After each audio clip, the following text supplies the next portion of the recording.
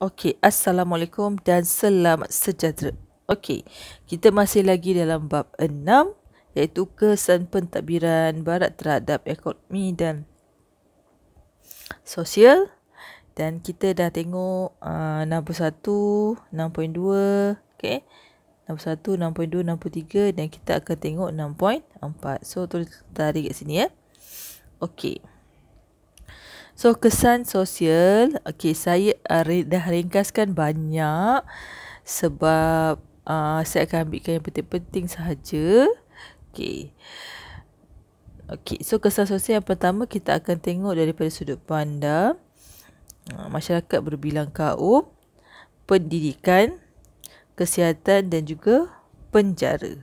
Okay, untuk yang awal ni kita akan tengok 3 dulu iaitu bandar, masyarakat berbilang kaum dan juga pendidikan. Okey.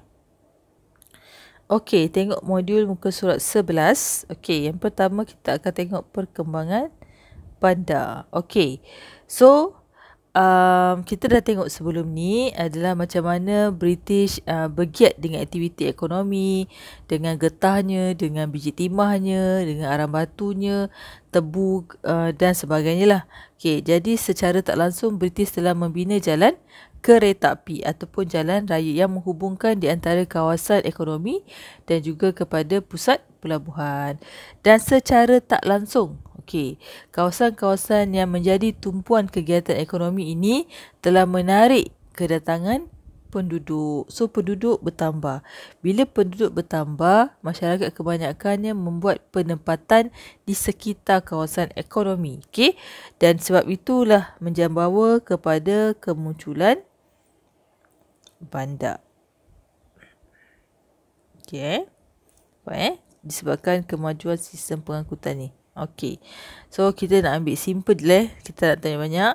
So, kita ambil yang senaraikan contoh bandar di kawasan berikut. Okey. Kalau di Negeri Melayu, kalau saya ambil senang, Kuala Lumpur lah. Kuala Lumpur ini, kenapa? Sebab dia adalah kawasan biji timah. Okey. Dari kawasan ekonomi. Kalau Sarawak, saya ambil Miri lah, senang. Sebab dia adalah kawasan minyak petroleum. Okey. Okey, kalau kita ambil Sabah, kita ambil Sabah, kita ambil Kota Kinabalu. Kalau dulu kita panggil dia Sultan ya. Okey, Kota Kinabalu. Okey, tak apa, biar. Okey, nampak ringkas saya buat. Okey, yang kedua adalah pembentukan masyarakat berbilang kaum. Okey, ni pun sebenarnya akibat daripada sini perkembangan bandar ni sebab kedatangan penduduk bertambah ni. So, sama juga faktor dia kemajuan dalam ekonomi telah menyebabkan kemasukan buruh dari China dan India. Hal ini menyebabkan penduduk yang datang bekerja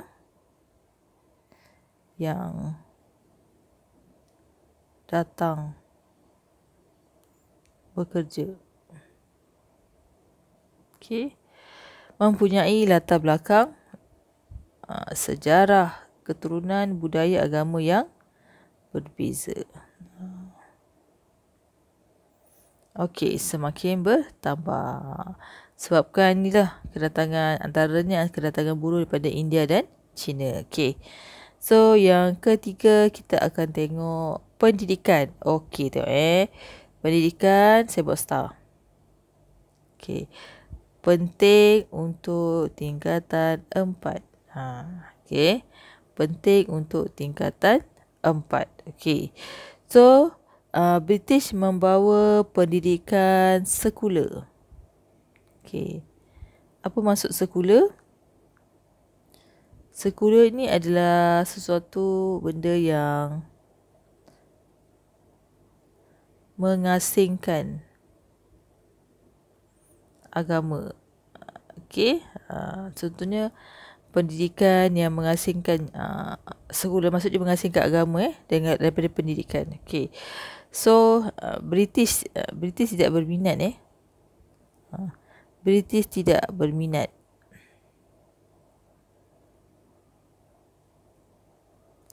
Tidak berminat terhadap kemajuan pendidikan. British juga tidak mempunyai sebarang dasar pelajaran ataupun dasar pendidikan yang menyebabkan kepada kemunculan pelbagai sekolah vernacular. Okey, apa itu sekolah vernacular? Sekolah vernacular adalah sekolah yang gunakan bahasa ibunda sebagai bahasa pengantar. Apakah maksud dia? Sekejap. Contohnya kalau sekolah Melayu, bahasa pengantar dia adalah bahasa Melayu. Kalau sekolah Cina, bahasa pengantar adalah bahasa Cina. Kalau sekolah Tamil, so bahasa pengantar dia adalah bahasa Tamil. So dia tak ada satu bahasa kebangsaan kita akan tengok. Isat. Okey. Ni soal 11. Okey, kita akan tengok kat sini. Okey. Sekolah vernacular Melayu, maka bahasa pengantar dia adalah bahasa Melayu. Okey. Dan sekolah vernacular Melayu ditubuhkan oleh siapa? Ditubuhkan oleh British. Okey. Dan disebabkan British tak berminat dengan pendidikan masyarakat ataupun penduduk di Tanah Melayu, so sekolah vernacular Melayu ni hanya memberi pengetahuan asas seperti membaca, menulis dan mengira. Okey. Manakala sekolah vernacular Cina, okey, ditubuhkan oleh masyarakat Cina. Okey. So disebabkan masyarakat Cina pada masa ni daripada negara Cina, jadi pada awal konsep pendidikan Cina, sekolah Cina masih berpusat dari negara Cina. Okey. Kerana menggunakan guru dan buku dari Cina. So matlamat sekolah Cina tu masih lagi menanam semangat patriotik kepada negara Cina. Okey. Macam tu juga dengan sekolah Tamil. Siapa yang tubuhkan sekolah Tamil? British. Okey. Sama juga macam sekolah vernacular Melayu dengan bahasa Tamil. Hanya terbatas di sekolah rendah saja. Hanya disediakan peringkat rendah saja. Buku teks dan guru juga daripada India. Okey. Buku teks dan guru juga daripada India. Okey. Kita tengok sekolah Inggeris. Okey. Sekolah Inggeris ditubuhkan oleh British. Okey. Berbanding dengan sekolah-sekolah lain, sekolah British ada banyak kelebihannya. Okey. Kerana kebanyakan sekolah Inggeris berada di kawasan bandar. Bila dia berada di kawasan bandar, kebanyakan kemudahan dekat sekolah juga lebih lengkap dan canggih lah berbanding dengan sekolah biasa. Dan tambahan pula, siapa yang graduate ataupun lulusan sekolah ini boleh melanjutkan pelajaran ke luar negara. Okay, kalau tengok sekolah-sekolah vernacular seperti sekolah Melayu ataupun sekolah Tamil, kebanyakannya subjek yang diajar adalah peringkat rendah. Berbeza dengan sekolah Inggeris. Juga sesiapa yang menjadi sambung belajar ke luar negara, boleh dalam bidang pentadbiran dan juga kejuruteraan. Termasuklah doktor juga dan juga diberikan keutamaan bekerja dalam kerajaan. Okey. Masalahnya sekolah Inggeris ini hanya terbuka kepada golongan kaya dan juga anak raja lah. Okey. Itu beza dia. Okey. Macam tu juga kolej penubuhan Kolej Melayu Kuala Kangsar, dia tertinggal R. Okey, ditubuhkan juga oleh British. Malat tukar pen. Okey. Dan macam juga sekolah Inggeris ditubuhkan kepada golongan kaya dan juga bangsawan. Okey, bertujuan untuk melahirkan pentadbir. Okey, yang boleh bekerja dalam pentadbiran British. Okey, ini mendapatkan sokongan dari raja lah. Okey, dan sekali juga Maktab Perguruan Sultan Idris ditubuhkan oleh British. Okey, ini dikira macam peringkat universiti lah. Okey, peringkat universiti pada masa tu. Yang mana tujuan dia untuk melahirkan guru. Kenapa melahirkan guru? Kerana guru-guru ni akan mengajar di sekolah balik. Mengajar di sekolah vernacular Melayu balik. Okey, itu matlamat dia. So, untuk pendidikan ini, awak kena faham bahawa sebelum ada pendidikan kebangsaan yang sekarang, terdapatlah beberapa sekolah seperti vernacular Melayu, Cina, sekolah Tamil, sekolah Inggeris. Okey. Dan apakah masalah utama sekolah vernacular yang British buat ni?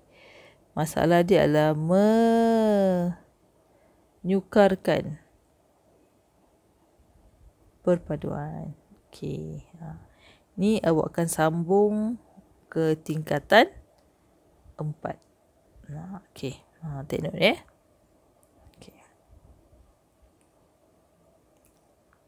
Okey, kita dah tengok tadi pendidikan. Kemudian kita akan tengok lagi 2, iaitu kesihatan dan juga penjara.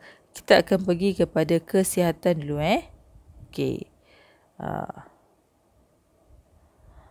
Walaupun British tidak berminat untuk memajukan negara kita, tetapi British telah menubuhkan hospital pertama Malaysia, iaitu Hospital Taiping.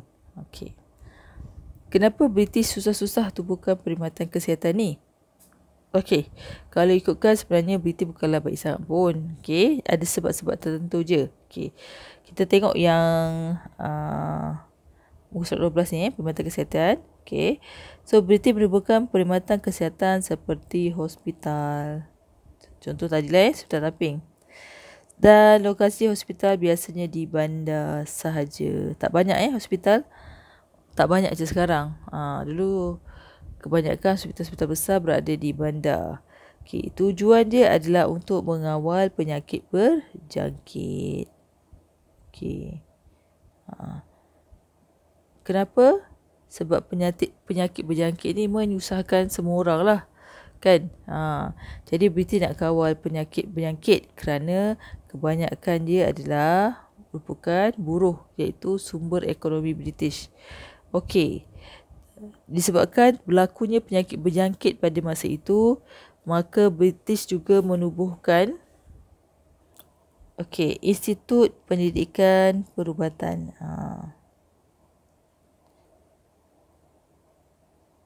Macam tiba-tiba munculnya COVID sekarang kan. Macam tu jugalah pada masa dulu munculnya penyakit tropika yang orang tak ada ubat pada masa tu. Dan antara penyakit tropika pada masa itu adalah penyakit beri-beri dan juga malaria.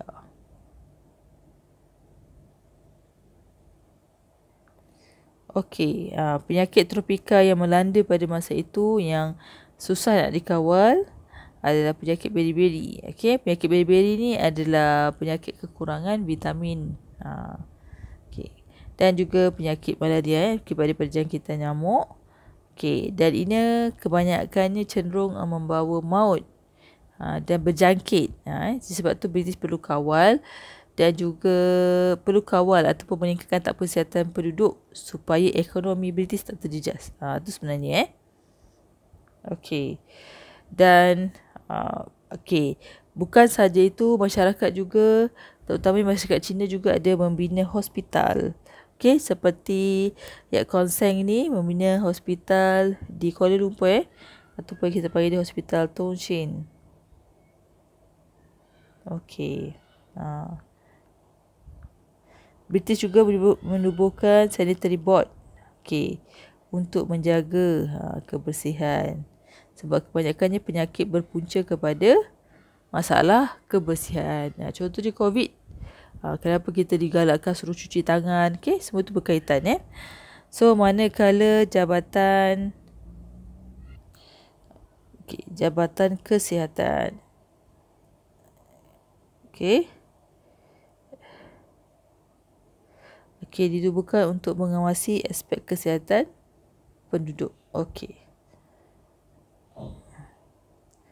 pembinaan penjara Okay, pembinaan penjara pada awalnya Pulau Pinang dijadikan pusat menempat banduan.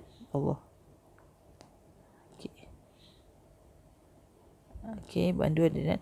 Kemudian banduan dijadikan buruh murah. Buruh murah. Berarti menggunakan banduan untuk dijadikan buruh murah. Untuk membina pelabuhan, bangunan dan lain-lain. Dan selepas penubuhan Negeri Melayu Bersekutu, penjara Taiping.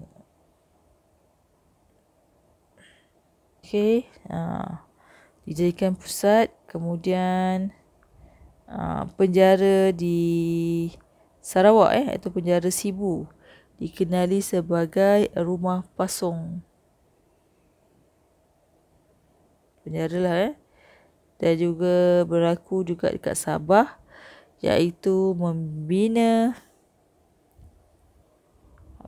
The Square Tower.